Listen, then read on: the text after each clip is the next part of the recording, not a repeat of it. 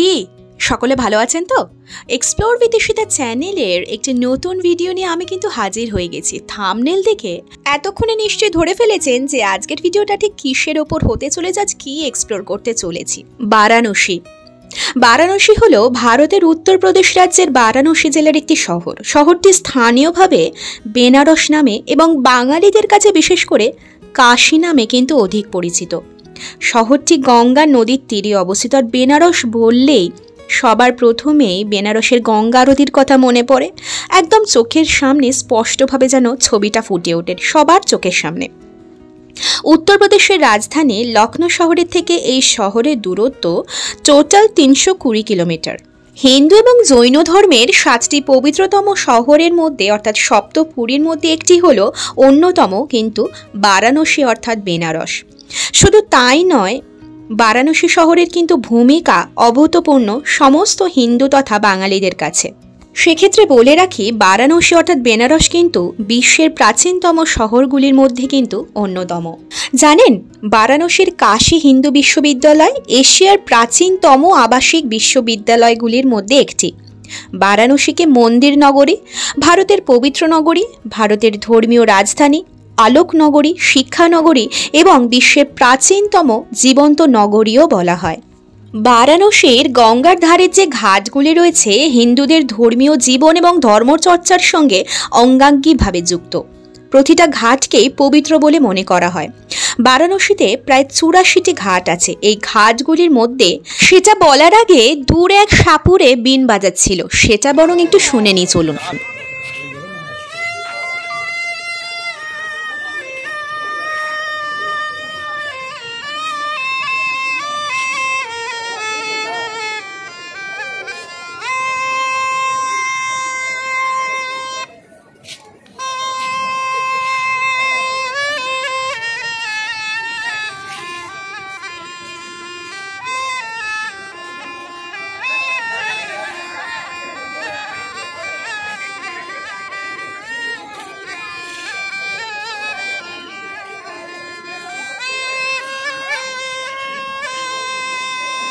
আমি তো সচক্ষে দেখেছিলাম এবং লাইভ শুনেছিলাম, বেশ ভালো লেগেছিল। তো যেটা বলছিলাম, তো ঘাটগুলোর নাম এবার জেনে নিই চলুন। দশাশ্বমেধ ঘাট, মণিকর্ণিকা ঘাট, পঞ্চাঙ্গ ঘাট, হরিশ্চন্দ্র ঘাট, এইগুলো কিন্তু অন্যতম অর্থাৎ বিখ্যাত। অনেক ঘাটের সঙ্গে নানান রকম কিংবদন্তি কাহিনী কিন্তু জড়িয়ে আছে। সেই কাহিনী বলতে গেলে কিন্তু বিশাল ইতিহাস হয়ে যাবে। প্রধানত দশাশ্বমেধ ঘাটই হচ্ছে বারাণসীর প্রধান ঘাট, আর এটাই সম্ভবত বারাণসীর প্রাচীনতম ঘাট। এই ঘাটটি কাশী বিশ্বনাথ মন্দিরের কিন্তু একেবারেই কাছে অবস্থিত। আর এই দশাশ্বমেধ ঘাটের কথা বললেই গঙ্গার আরতির কথা মনে পড়ে। হ্যাঁ, সন্ধ্যার এই গঙ্গার আরতি দেখলে মন প্রাণ জুড়িয়ে যায় না? সেটা এই ভিডিওটাতে কিন্তু আজকে আমরা দেখব না, দেখব নেক্সট ভিডিওতে। বেনারসের প্রধানত দ্রষ্টব্য স্থানগুলির মধ্যে যন্তর মন্তর, রামনগর দুর্গ, গঙ্গার ঘাট, এছাড়াও অজস্র মন্দির আপনারা এখানে পাবেন। জানা যায় বা কথিত আছে বারাণসীতে প্রায় 23,000 মন্দির আছে। ভাবা যায়, এগুলির মধ্যে সব থেকে বিখ্যাত মন্দির হলো কাশী বিশ্বনাথ মন্দির। বেনারস ভ্রমণের জন্য সড়ক পথ, রেলপথ এবং বিমান পথ 3 রকমেরই কিন্তু সুবিধে রয়েছে। বারাণসী 19 নম্বর জাতীয় সড়কের ওপর অবস্থিত। আর রেল পরিবহনের কথা যদি বলেন তাহলে বলি, বারাণসী শহরে টোটাল 3টি সব থেকে ব্যস্ততম রেলওয়ে স্টেশন রয়েছে। বারাণসী জংশন, বারাণসী সিটি এবং বেনারস। তাদের মধ্যে বারাণসী জংশন হচ্ছে শহরের বৃহত্তম রেলওয়ে স্টেশন। প্রতিদিন আনুমানিক এই স্টেশনে 3.6 লক্ষ যাত্রী এবং 240টি ট্রেন যাতায়াত করে। ভাবলেই কেমন চক্ষু চড়ক গাছ হয়ে যাচ্ছে না? শুধুমাত্র তাই নয়, একটা জিনিস লক্ষ্য করে দেখেছেন, এই যে মার্কেট চত্বরে, মানে মার্কেট গোটাটা যেটা দেখাচ্ছি আপনারা ভিডিওর মাধ্যমে দেখতে পাচ্ছেন, কত মানুষের ঢল রয়েছে। কলকাতায় স্প্ল্যানেড অর্থাৎ ধর্মতলা অঞ্চলে সারা বছর গেলে ঠিক যেরকম মানুষের ঢলটা চোখে পড়ে না, সেরকমই ব্যাপার। এইবার কিছু ভাইটাল ইনফরমেশন অর্থাৎ ভাইটাল কিছু কথা বলি। বেনারস যেমন তার ঘাটের জন্য বিখ্যাত, তেমনই তার অলিগলির জন্যও কিন্তু সমানভাবে বিখ্যাত। জানেন, এমন কিছু গলি আছে যেখানে রিক্সাও পর্যন্ত পৌঁছায় না। সেখানে কোনো হোটেল নিলে আপনাকে কিন্তু হেঁটেই যেতে হবে। সঙ্গে গঙ্গার পাড়ে হোটেলের ভাড়াও কিন্তু অনেক বেশি। সব থেকে ভালো হয় গোধুলিয়া চক বলে একটি জায়গা আছে, তার কাছাকাছি আপনি যদি কোথাও থাকার হোটেল নেন সেক্ষেত্রে আপনি মোটামুটি 700 থেকে 1000 টাকার মধ্যে এসি ঘরও পেয়ে যাবেন, গরমকালের ক্ষেত্রে বলতে পারি অফ সিজনে। এমনকি খাওয়ার হোটেলও পাবেন বিভিন্ন রকম বাজেটের মধ্যে। টোটাল তো মোটামুটি 84টা ঘাট রয়েছে বেনারসে, সেটা আপনাদেরকে আগেই বললাম। প্রতিটা ঘাটের সাজ সৌন্দর্য একে অপরের থেকে কিন্তু সম্পূর্ণভাবে আলাদা। পায়ে হেঁটে ঘুরে না দেখলে কিন্তু সেই শোভা উপভোগ করা ভারী মুশকিল। এর মধ্যে দশাশ্বমেধ ঘাটের যে সন্ধ্যা আরতির কথা একটু আগেই বললাম, সেই আরতি হচ্ছে সব থেকে জনপ্রিয়। সঙ্গে পুজো দেবেন অবশ্যই কাশী বিশ্বনাথ মন্দিরে, আর ঘুরে দেখবেন কি সারনাথ, বৃন্দাবাসিনীর মন্দির, রামনগর ফোর্ট, সঙ্গে মণিকর্ণিকা ঘাটও, তুলসী ঘাট, ভারত কলা ভবন এবং বেনারসের হিন্দু ইউনিভার্সিটিও কিন্তু সমানভাবে জনপ্রিয় পর্যটকদের মধ্যে। মোটামুটি একটা ট্যুর প্ল্যানের কথা যদি বলেন তো সেক্ষেত্রে বলতে পারো অ্যাপ্রক্স 3 রাত 4 দিনের মধ্যেই গোটা কাশী অর্থাৎ বেনারস কিন্তু আপনারা ঘুরে ফেলতে পারবেন। আচ্ছা, বেনারস বললেই গঙ্গার আরতি ছাড়া আর কি ঠিক আমাদের মাথায় আসে বলুন তো? ঠিকই বলেছেন বা ঠিকই ধরেছেন, বেনারসি শাড়ি আর সাথে খাইকে পান बनारसवाला। খুলি যায় বন্ধ अकल का ताला, আদৌ কি বন্ধ তালা কি খোলে? জোক সাপার। যাই হোক, এবার আসি আসল কথায়, যেটা বলছিলাম আর কি। বেনারসি শাড়ি, বেনারসি পান, লস্যি, শরবত আর অবশ্যই লোভনীয় দুধের তৈরি রাবড়ি। মানে ধরুন আপনারা বেনারসে গেলেন, সেখানকার বেনারসি পান খেলেন না, রাবড়ি খেলেন না এবং সেখানকার বিখ্যাত চাট খেলেন না, তাহলে কিন্তু বিশাল মিস করবেন, সেটা কিন্তু আমি বলে দিতে পারি। তো যেটা বলছিলাম আর কি, দেখুন বেনারসটা তো মন্দিরময় শহর আমরা জানি, আর এটা যেহেতু মানে প্রধানত আর কি ভেজ, সম্পূর্ণটাই কিন্তু এখানে ভেজ পাওয়া যায়, কোনো রকম নন ভেজ খাবার দাবার কিন্তু আপনারা এখানে পাবেন না। তো সেক্ষেত্রে আপনারা যদি মনে করেন কোথাও ঘুরতে বেরিয়ে বিভিন্ন ধরনের সুস্বাদু চাট খাবেন, সেই সুস্বাদু চাট খেয়েই কিন্তু আপনারা পেট ভরিয়ে নিতে পারেন। আপনারা কিন্তু যে কোনো শহর থেকেই বেনারস অতি সহজে যেতে পারেন। দিল্লি, লখনৌ, এলাহাবাদ, কানপুর এবং কলকাতা থেকে বেনারসে যাওয়ার কিন্তু অজস্র ট্রেন রয়েছে। কলকাতা থেকে বেনারস যাওয়ার কয়েকটি ট্রেন বলে দিই, যেমন দুন এক্সপ্রেস, বিভূতি এক্সপ্রেস, কুম্ভ স্পেশাল, পূর্বা প্রভৃতি, এই সমস্ত কিন্তু স্পেশাল ট্রেনগুলো রয়েছে। এছাড়া চাইলে আপনারা বারাণসীতে বিমানবন্দরে অর্থাৎ বারাণসী বিমানবন্দরে যেতে পারেন। বারাণসী বিমানবন্দর মূল শহর থেকে মাত্র 25 কিলোমিটার দূরে অবস্থিত, অর্থাৎ ফ্লাইটেও আপনারা যেতে পারেন সেখানে। বেনারসে কিন্তু প্রচুর ধর্মশালা রয়েছে, শত শত পর্যটকরা কিন্তু এই ধর্মশালায় থাকেন। তবে দামি, কম দামি বিভিন্ন রেঞ্জের হোটেলও রয়েছে। যেমন বললাম, বেনারস ভ্রমণের সেরা সময় যদি জিজ্ঞেস করেন তাহলে বলি অক্টোবর থেকে মার্চ মাসে, যেহেতু এখানকার তাপমাত্রা বেশ মনোরম থাকে, সেহেতু এই সময় হলো বারাণসীর পরিদর্শনের জন্য সেরা সময়। যেহেতু শীতের মাসগুলিতে এখানে চরম জাঁকজমকতার সাথে উৎসব অনুষ্ঠান পালিত হয়, তাই এই সময় এই স্থান কিন্তু বহু পর্যটকদের এখানে টেনে আনেন। অর্থাৎ শীতকাল বা এই যে শীতের শেষ এখনকার যে মরশুমটা আর কি, এগুলো যাওয়ার জন্য কিন্তু বেনারসে যাওয়ার জন্য কিন্তু একদমই অ্যাপ্রোপ্রিয়েট। গ্রীষ্মকালে এই শহর কিন্তু ভীষণই উষ্ণ এবং আর্দ্র হয়, সুতরাং এপ্রিল থেকে অক্টোবরের মধ্যবর্তী সময় এই শহরে ভ্রমণ না করাটাই শ্রেয়। আর ভিডিওতে দেখছেন কিরকম টাটকা টাটকা সবজি বাজার, দেখেই চোখ জুড়িয়ে যাচ্ছে। শুধুমাত্র তাই নয়, এই যে মশলাগুলো দেখুন, বিভিন্ন রকমের স্পাইসেসগুলো, এগুলো কিন্তু ওজনে দরে কিন্তু আপনারা চাইলেই কিনতে পারেন। আর শুধু কি সবজি আর মশলা, তার সাথে দেখুন কত টাটকা টাটকা ফলও রয়েছে এখানে। এখানকার অলিগলিতে জনপ্রিয় খাবারগুলির মধ্যে চাটের কথা তো বললাম, সেই অন্যতম চাট হচ্ছে আরেকটি টমেটোর চাট। টমেটো এবং আলুকে সেদ্ধ করে পেঁয়াজ, কাঁচা লঙ্কা এবং ধনেপাতা দিয়ে তৈরি করা হয় এই খাবার। নিরামিষ খাবারের মধ্যেও তো প্রচুর অপশন থাকে, তাহলে তো এখানকার স্ট্রিট ফুড দিয়ে শুরু করা যায় সকালের ব্রেকফাস্টটা। এখানকার অত্যন্ত জনপ্রিয় আরেকটি খাবার হলো কচুরি সবজি। এই কচুরি সবজি আপনি ভারতের নানান প্রান্তে পেলেও এখানকার স্বাদ কিন্তু অনন্য। এখানে দুই ধরনের কচুরি পাওয়া যায়, ছোট এবং বড়। আপনি আপনার পছন্দ মতো কচুরি বেছে নিয়ে দিব্যি দিনের শুরুটা কিন্তু করতেই পারেন।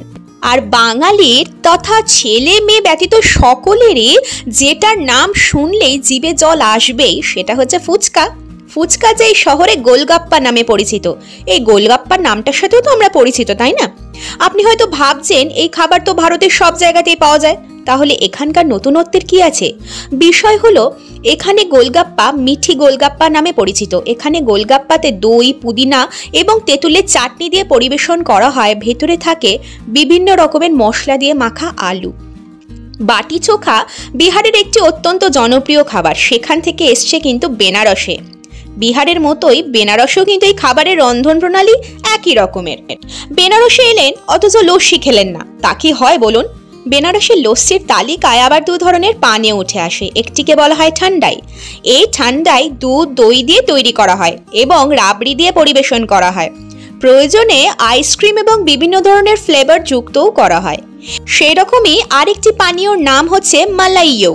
এই মালাইয়ো বেনারসের অত্যন্ত জনপ্রিয় একটি মিষ্টি। একটি এক প্রকার পার্সি খাবার যা দুধ এবং ক্রিম দিয়ে তৈরি করা হয়। আর যেটা last but not the least সেটা হচ্ছে পান। বেনারসের পানের স্বাদ আপনি পৃথিবীর কোনো প্রান্তে কিন্তু খুঁজে পাবেন না। আর বেনারস গিয়ে সেখানকার মিষ্টি পান না খেলে অনেক কিছুই তো অপূর্ণ থেকে যায় বলুন। বেনারসের আরেকটি জনপ্রিয় মিষ্টি কি বলুন তো? রাবড়ি আর জিলিপি। উফ, দারুণ কম্বিনেশন, তাই না? বেনারসের প্রত্যেক গলিতে আপনি কিন্তু এই মিষ্টি খাবার পাবেন। আর ঠিক এই কারণেই প্রত্যেকটা ভোজন রসিক অর্থাৎ বাঙালিদের কাছে ভীষণই পছন্দের জায়গা এই বেনারস। দেখেছেন পানের কত ধরনের মশলা এখানে বিক্রি হচ্ছে? এত রকমের খাবার দাবার ছাড়াও বাঙালিদের আর একটা যেটা প্রিয় জিনিস প্রধান, চা। চা ছাড়া তো বাঙালি একেবারে চোখে অন্ধ যাকে বলে। এখানকার চা কিন্তু বড্ড ভালো, খাঁটি গরুর দুধের চা। পান মশলা আর বিভিন্ন রকমের আচারের দোকানও কিন্তু এখানে প্রচুর পরিমাণে। প্রচুর মানুষ কিনে নিয়ে যান ভ্রমণের স্মৃতি হিসাবে। লখনৌর তো কাঁচের চুড়ি বিখ্যাত, এটা আমরা সকলে জানি। এখানকার চুড়িও কিন্তু মানে কাঁচের চুড়ি বিশালভাবে বিখ্যাত। আর যেটা না বললেই নয়, বেনারসি শাড়ি। হ্যাঁ, চলে এসছি এমনই একটা দোকানে। শুধুমাত্র একটা দোকান নয়, এখানে রয়েছে কিন্তু শয়ে শয়ে প্রচুর দোকান যেখানে বেনারসি বিভিন্ন রকমের সিল্কের শাড়ি বিশালভাবে বিখ্যাত। শাড়িগুলো ভারতের সেরা শাড়িগুলির মধ্যে অন্যতম, যা সোনা এবং রূপার কিংবা জড়ি দেয়া সূক্ষ্ম রেশম এবং আকর্ষণীয় সূচিকর্মের জন্য খ্যাতি লাভ করেছে। শাড়িগুলোর সূক্ষ্ম রেশম তন্তুর তৈরি এবং জটিল নকশায় সজ্জিত নকশা কাটার কারণেই তুলনামূলকভাবে ভারী ওজনের হয়ে থাকে।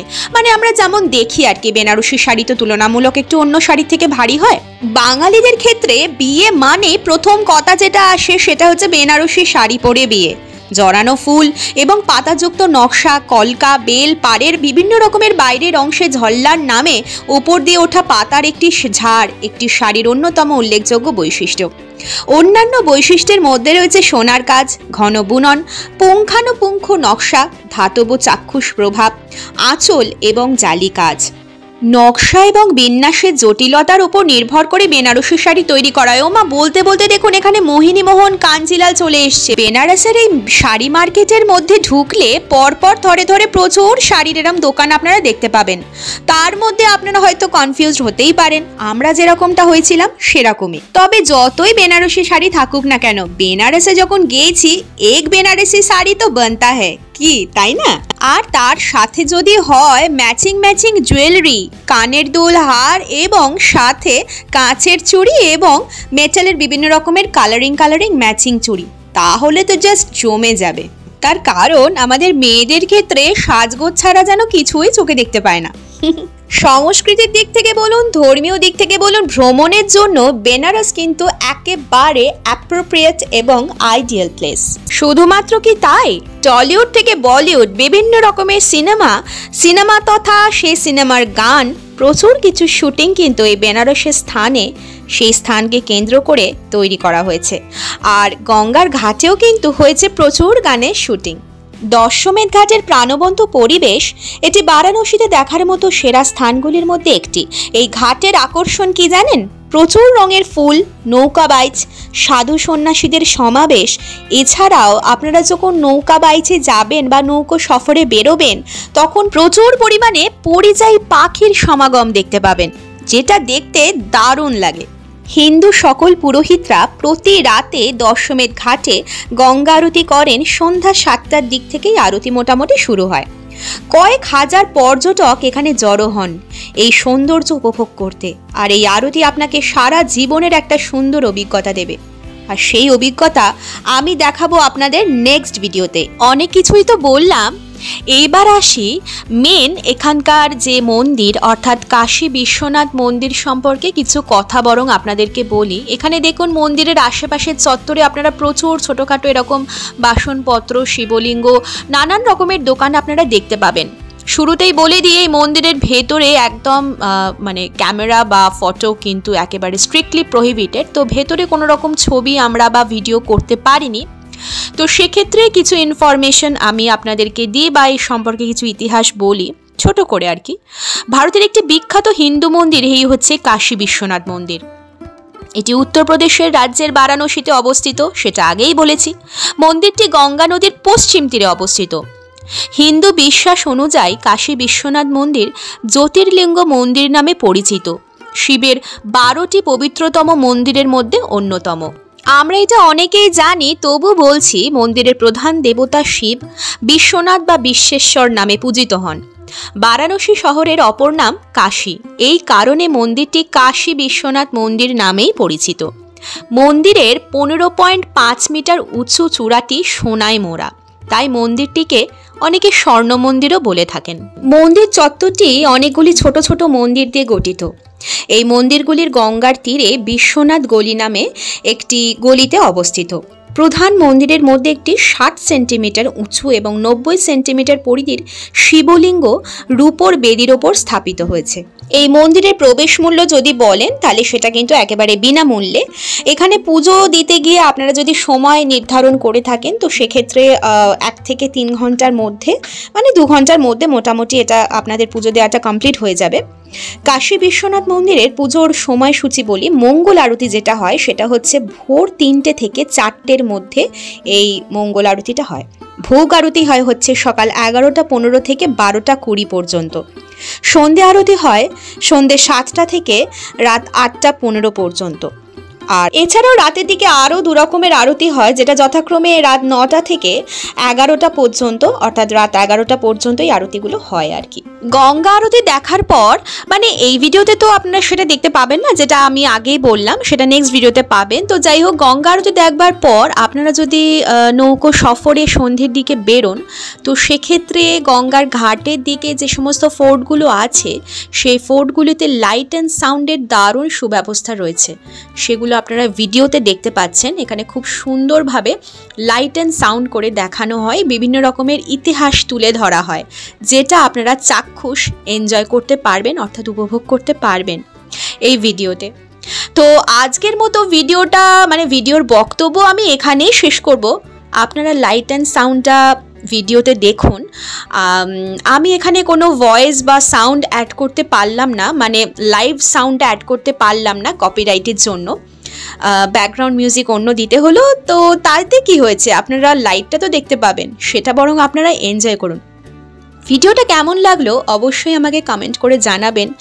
আর যতটা সম্ভব আমি একটা ইনফরমেশন দেওয়ার চেষ্টা করলাম গোটা বারাণসী ট্যুর সম্পর্কে।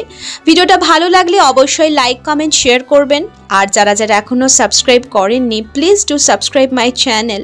আর পাশে থাকা বেল আইকনটিকে প্রেস করে অল করতে একেবারেই ভুলবেন না। নেক্সট ভিডিওতে গঙ্গার আরতি সুন্দরভাবে আমি আপনাদের সামনে তুলে ধরব। আর এই নৌকো বিহারের সফর আমাদের দারুণ ছিল, আপনারা আশা করি ভিডিওর মাধ্যমে বুঝতে পারছেন। নৌকো বিহারে বেরিয়ে দূর থেকে যত দূর তোলা সম্ভব আমি আপনাদের জন্য ভিডিওর মাধ্যমে তুলে ধরলাম। তো ভিডিওটা আপনারা এনজয় করতে থাকুন। আজকের মতো আমি এখানেই টাটা জানাবো, কিন্তু ভিডিওটা আপনারা কিন্তু দেখতে থাকুন। আর দেখা হচ্ছে খুব শিগগিরই নেক্সট ভিডিওতে। ততক্ষণের জন্য টাটা।